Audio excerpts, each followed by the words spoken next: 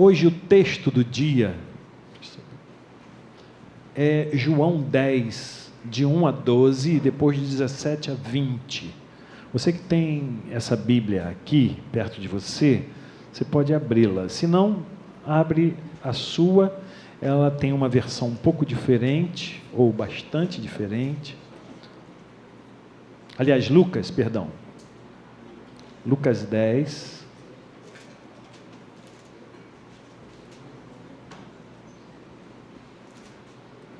Hoje providenciaram não, o Joca providenciou os óculos para mim. Não preciso pedir emprestado. Eu vou fazer a leitura aqui, e vocês me acompanhem, por favor. Lucas 10, 1 a 12, depois 17 a 20. Se a sua versão for diferente da que eu vou ler, escuta, que senão vai acabar fazendo confusão aí uma das versões, tá bom? Depois disso, o que é isso? Depois de quê? Se a gente pegar o capítulo 9, a gente vai ver Jesus indo com os seus discípulos rumo a Jerusalém. Ele está no início da sua caminhada, que vai culminar na cruz. E ele então passa a ensinar aos seus discípulos os seus últimos ensinamentos, deixando como os mestres faziam com seus discípulos, a gema, o coração dos seus sábios ensinamentos. E Jesus faz isso com os seus discípulos. Antes, um pouquinho, ele vai para o Monte da Transfiguração, e lá tem aquela visão de Moisés, de Elias, onde Pedro, Tiago e João estão com Jesus, e Jesus mais uma vez ouve uma voz. Lembram da voz que Jesus ouviu? Este é o meu filho amado, a alegria da minha vida, em quem eu tenho muito prazer. E desce do monte com seus discípulos, inicia a sua caminhada, e Jesus aqui se encontra agora para uma nova designação, e vocês vão ver. Depois disso, depois de descer do monte, já estar com seus discípulos na sua jornada, o Senhor selecionou 70 discípulos, em algumas versões 72. Há uma discussão sobre esse número, que tem um significado. Enviou-os em duplas, e a todas as cidades e lugares que pretendia visitar. Jesus manda os discípulos na frente, como quem abrindo o caminho e dizendo: vem o mestre aí, em nome de quem nós estamos ministrando sobre a vida de vocês, trazendo o evangelho, a anunciação, a mensagem de que o reino de Deus está presente. Uma colheita tão grande e tão poucos trabalhadores, portanto, de joelhos, peçam ao Deus da colheita que envie trabalhadores. Podem ir, mas sejam cautelosos. O trabalho é perigoso. Vocês serão como cordeiros no meio de lobos. Levem pouca coisa, o mínimo necessário, nada de bagagem extra. Não percam tempo, evitem conversas longas com aqueles que encontrarem pelo caminho. Só uma observação, enquanto faço a leitura aqui, para a gente ir se situando ainda mais. Não há aqui, na intenção de Jesus, que seus discípulos façam prosélitos. O que significa fazer prosélito? É chamar alguém para fazer parte da sua religião. Jesus nem está ensinando uma religião. Tem um autor muito conhecido no meio dos estudiosos, Emil Brunner, que diz que há um equívoco da igreja em achar que Jesus fundou uma instituição. Não, Jesus nunca quis uma instituição. Jesus inaugurou um movimento, um organismo vivo, tanto que as primeiras comunidades se reuniam em casas. Esse ajuntamento que a gente está tendo aqui era feito nas casas. E Jesus não tem esse intuito de dizer: discípulo, vão lá, vão chamar para fazer parte da nossa congregação. Não é isso. O que Jesus quer fazer e que sempre fez é levar a vida das pessoas algo que traga para elas o sentido e um significado diferente do que elas estavam vivendo. Lembrando que nesse tempo aqui, essa carta foi escrita mais ou menos no ano 60, 65, depois já de Cristo, e é um momento em que a igreja está sendo perseguida por Roma politicamente e pelos judeus e fariseus internamente na sua teologia religiosa. E aqui a igreja está passando por um momento de ressignificação e de um novo caminho. Eles ainda estão saindo do judaísmo, está muito entranhado no coração, na mente, na vida, aquela opressão de quem está debaixo do tacão de governantes, de impérios. Roma escravizava o povo, os próprios judeus, os líderes que tinham a concessão de continuar gerindo ali a política local, também oprimiam o povo. E existia um conceito de que se só chegaria a Deus aquele que oferecesse um sacrifício. Só chegava a Deus e, portanto, poderia viver uma vida digna, porque naquele tempo, naquela estrutura teocrática, estar quites com Deus significava, sim, uma vida digna e uma vida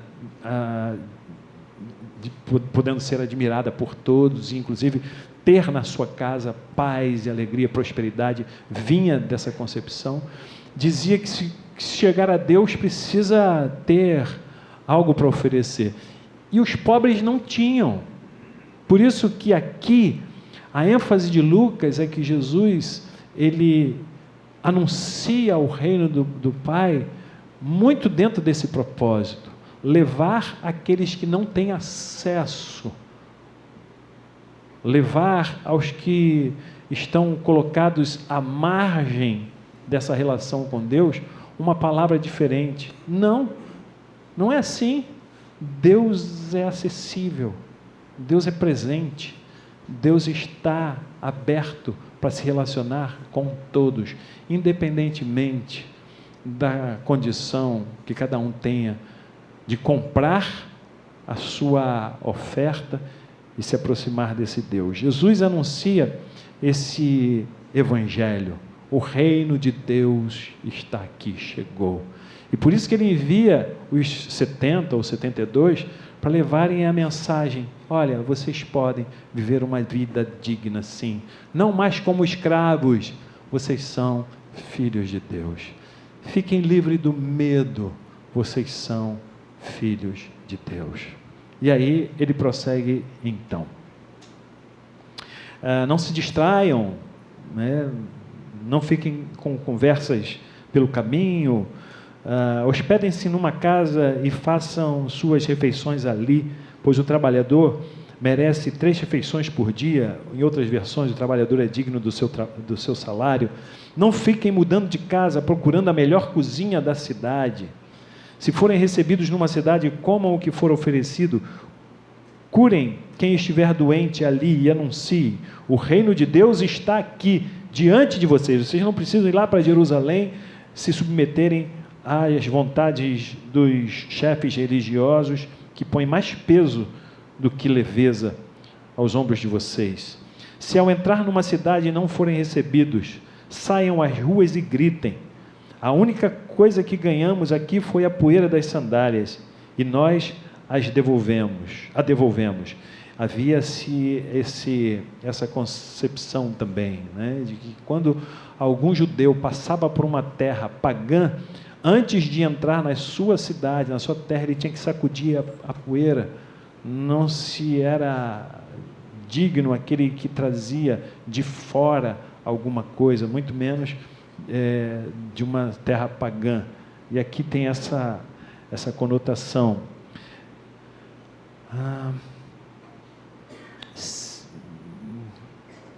Sodoma e Gomorra, ou Sodoma, receberá um tratamento melhor no dia do juízo que a cidade que decidir rejeitar vocês. Uma alusão à cidade de Sodoma e Gomorra, que foram destruídas por negarem a sua fé. e dizendo que nessas cidades se ouviu menos sobre o reino de Deus do que Jesus estava anunciando ali com os seus discípulos. E aí segue. Jesus disse, lá no verso 17, depois disso, os 70 ou 72 voltaram eufóricos, dizendo: Senhor, até os demônios se submetem por causa do teu nome. Jesus disse: eu sei, vi a queda de Satanás, parecia um raio caindo do céu. Percebam o que dei a vocês? Perceberam o que dei a vocês? É um salvo-conduto para caminhar no meio de serpentes e escorpiões, e uma proteção contra qualquer ataque do inimigo. Ninguém pode pôr as mãos em vocês, mas o grande trunfo não está na autoridade de vocês sobre o mal, e sim na autoridade e na presença de Deus em vocês. Alegrem-se, não com o que vocês fazem para Deus, mas com o que Deus faz por vocês. Em outras versões, não se alegrem porque vocês estão fazendo coisas espetaculosas demais, mas antes se alegrem porque o nome de vocês está escrito no livro da vida, está rolado no céu. Eu destaco nessa história, essa última fala de Jesus. Os discípulos estavam reproduzindo o que recebiam. Eles receberam de Jesus as palavras de vida eterna, na própria palavra de Pedro: para quem iríamos, mestre, se só tu tens palavras de vida eterna? Eles receberam essa palavra. Lembram? Eles eram pescadores, eram proscritos ali na sociedade, publicanos, pecadores, que Jesus chama para serem seus seguidores. Eles receberam de Jesus o salvo-conduto, ou seja, a autorização pela autoridade dele mesmo de anunciarem o reino do Pai. Eles não receberam os olhares de Deus julgando-os, dizendo assim: e aqui estão Pedro, que vai negar a Jesus lá na frente, está Judas Iscariote, que vai o trair. Os olhos de Jesus estão sobre todos, como seus discípulos amados, a quem ele tem por grande conta, são seus amigos. Daqui a pouco nós vamos sentar à mesa, aqui já estamos sentados à mesa, mas uma das falas de Jesus é essa: eu não chamo vocês de servos, vocês não estão distantes de mim numa escala social, funcional, vocês são meus amigos. Eles receberam de Jesus isso, estão recebendo de Jesus a fala daquilo que Jesus recebeu lá no seu batismo e mais uma vez aqui no Monte da Transfiguração: você é meu filho amado, em quem eu tenho muito prazer, você é a alegria da minha vida. Cada discípulo recebe essa voz, e nós também. Jesus está anunciando às pessoas que elas são filhas e filhos amados do Pai. Essa é a mensagem, essa é a missão que ele dá aos 72. Em última análise, é isso que Jesus faz. Deus não está longe, Deus está perto. Vocês não são invisíveis. Ele conta cada lágrima que sai dos seus olhos.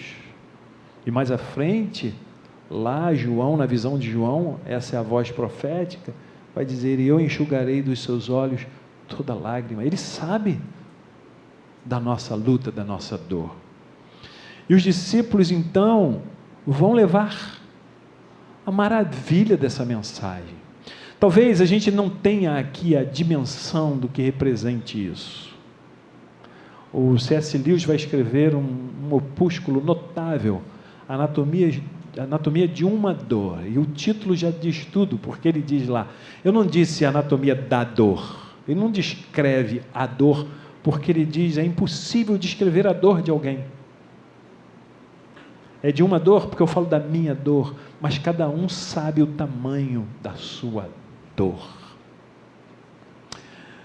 É difícil da gente entender o que significava para as pessoas que vão receber esses 70 ou esses 72 discípulos que vão levar essa mensagem de Jesus.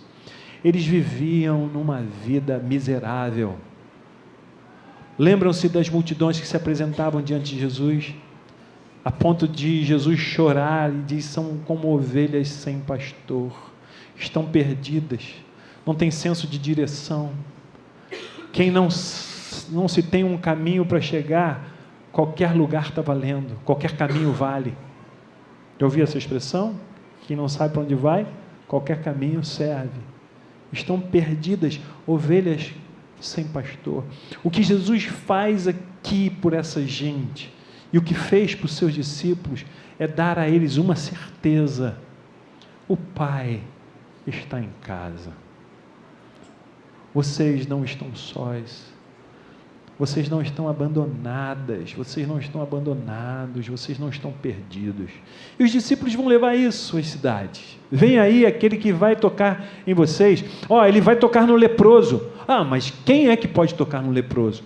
E Jesus toca, porque ele ultrapassa os limites sociais, das nossas separações sociais. Vai vir aquele que vai conversar com uma mulher. Mas que judeu conversa com uma mulher em público? Tudo isso o costume da época, diferente do nosso, né? Jesus conversa. Por quê? Jesus está interessado naquela mulher que está lá no poço, na vida dela. Ele sabe o quanto ela sofre e o quanto a sua fala e o seu olhar é capaz de desmontar as estruturas perversas que falam que ela não é ninguém. Ele dá sentido à vida. Vai vir aquele que vai dizer que a última palavra na nossa existência não é a morte, porque ele mesmo vai vencer a morte, para dizer que com ele todos vamos viver para sempre. Os discípulos estão levando isso, estão dizendo: olha, é capaz, está vindo aquele que vai dizer que é capaz de marido respeitar a mulher dentro de casa, que irmão pode se reconciliar com o irmão, que tramas do passado podem ser curadas, que feridas podem ser cicatrizadas, que uma nova vida pode ser construída. Vai vir aquele que vai dizer que não é possível se colocar sobre uma pessoa um estigma de que ela é maldita, de que ele é maldito, porque teve alguém na sua família que foi assim. Filho de peixe, peixinho é. Se alguém está sofrendo agora, foi porque seu pai, seu avô, seu antepassado pecou. Havia esse conceito. E Jesus diz: nada disso. Isso é um conceito de retribuição imanente. E Jesus: não. Chegaram para Jesus, trouxeram o cego. Quem pecou? Ele ou seu pai para que fosse cego? Jesus: vocês estão malucos? Maldição hereditária, acaba com isso, não existe isso. A cada um é dado o olhar do Pai, cheio de amor, cheio de afeto, cheio de dignidade. Não foi ele nem seus pais que pecaram, mas ele está aqui para que ele receba o meu olhar amoroso e diga assim: ô cego, olha para mim e me vê. Os discípulos estão levando essa mensagem, e essa mensagem chegou até nós, chegou ao nosso coração, chegou à nossa casa. Essa mensagem continua ecoando, e é isso que Jesus quer dizer para mim e para você, que o Pai está aqui, que Ele olha, Ele sabe quem você é, Ele quer que você tenha vida boa, vida cheia de abundância. É até uma redundância, né? Vida cheia de abundância, vida abundante. Ele quer, Ele deseja, Ele está aqui para dizer isso. Mas a despeito dessa mensagem tão maravilhosa, sabe o que os discípulos fazem? Voltam para Jesus, curam as pessoas, os espíritos lhes são submetidos, e eles chegam lá, Jesus, Jesus! Caramba, que coisa maravilhosa! Os espíritos se calam quando a gente fala, a gente expulsa o demônio. Olha que coisa maravilhosa! Jesus olha assim e fala assim, caramba, cara, sem noção. Vocês não sabem o que vocês estão falando. Vocês estão alegres pela performance de vocês? Estão preocupados com o resultado espetacular, espetaculoso? A alegria de vocês já devia ter sido celebrada antes. O nome de vocês está no livro do céu, está rolado no céu. Sabe o que significa? Deus olha para vocês e diz, vocês são meus, vocês são minhas, eu estou com vocês, se alegrem com isso. Mas sobre os discípulos, sobre mim e sobre você, existe uma pressão que a gente não pode desconsiderar. Nós vivemos numa sociedade da performance, do resultado. A gente não está satisfeito. Isso não é culpa sua, minha. A partir do momento que você toma consciência, se você quer viver por aí o buraco é mais embaixo. Existe, sim, eu já falei sobre essa questão da sociedade do cansaço. A gente vive essa onda. A questão não é trabalhar e ter o sustento. A questão é o meu significado, a minha imagem, quem eu sou, depende muito da minha performance, de como eu performo. E o tempo inteiro eu e você somos convidados pela nossa cultura a sermos os melhores. Nada contra a gente se esmerar para fazer o melhor. Mas parece que nunca chega lá. A gente não se contenta. A gente não se satisfaz. Nada parece ser suficiente para nós. Parece que a gente está sempre devendo.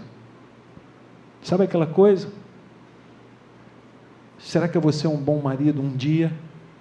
Será que eu vou ser uma boa esposa?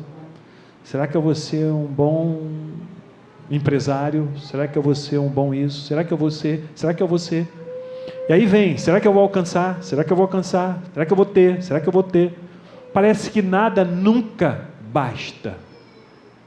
E há um provérbio que diz que não há limite para a ganância humana. É um provérbio de Salomão. Não há limite para a ganância. Nós somos gananciosos. E a nossa sociedade está fundada ou afundada nesse conceito. A palavra contentamento salta nesse texto como um grande elixir para que a gente viva uma vida com sentido e significado. E a gente não fique correndo atrás do vento, ou insatisfeito, morrendo, no final da vida chega lá e olha para trás assim, eu não fui uma pessoa de sucesso. O que é sucesso? Há pesquisas que dizem que se a gente trabalhar o contentamento, pessoas que trabalham o contentamento, elas são mais saudáveis, elas conseguem nutrir relacionamentos mais saudáveis, elas conseguem alcançar sentido e significado da vida. Pessoas que nutrem o conceito de suficiência são mais felizes. Isso é uma revista científica, que eu esqueci o nome, depois você me pergunta, que afirma, tem pesquisa para isso. O americano tem pesquisa para tudo, né? Os caras são pragmáticos até para enfim, para medir as ondas cerebrais, que quando você deseja algo bom para uma pessoa, ativa ali e produz substância, serotonina, ocitocina e todas as curas a partir das substâncias. Existem pesquisas que falam isso, mas Jesus já sabia disso antes das pesquisas. Jesus disse: eu vim para que vocês tenham vida, e vida em abundância. E a vida começa aí, em saber que para além da nossa performance, para além das capacidades produtivas que temos, vem uma coisa antes. Nada te define mais do que aquilo que pode definir alguém na sua essência. Eu e você somos filhas e filhos amados. Ninguém pode roubar isso de você. Ninguém pode roubar isso de nós. Vocês estão maravilhados porque estão fazendo grandes coisas? Saibam que os seus nomes estão no coração do Pai. Deus já tatuou o nome de vocês no coração deles.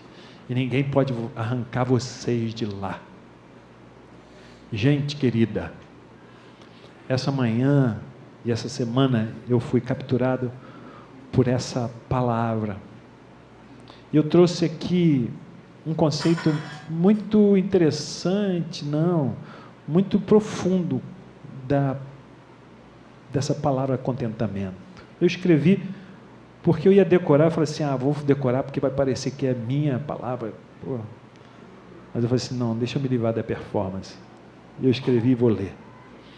Encontrar paz e satisfação no momento presente. Isso é contentamento. Valorizando as coisas simples da vida e recebendo ou reconhecendo o que já temos, em vez de ficar buscando algo externo para nos completar. Vou repetir, agora com os óculos. Contentamento, encontrar paz e satisfação no momento presente, valorizando as coisas simples da vida. Um olhar, já dizia Estênio Márcios, foi ele? O olhar de uma mãe recupera as emoções de um filho. O abraço de irmãos despedaça os portais do inferno. Valorizando as coisas simples da vida e reconhecendo o que já temos. Vocês já têm. Vocês são amados do Pai. Em vez de ficar buscando algo externo para nos completar. A grande riqueza da nossa existência não está do lado de fora. Nada pode comprar o que de mais precioso eu e você temos nessa vida, que é a nossa identidade.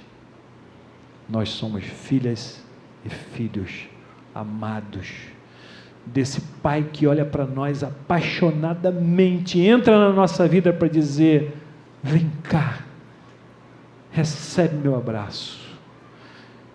Nas palavras de Jesus, traduzindo esse abraço do Pai: cidade, eu olho para você como o Pai quis abraçar vocês, como uma galinha coloca os seus pintinhos debaixo das suas asas.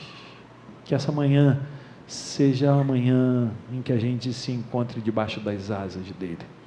E que a sua marca, a sua identidade, o seu grande tesouro, não esteja do lado de fora. Mas que você e eu possamos celebrar a nossa marca, o nosso tesouro. E a gente se alegre por isso.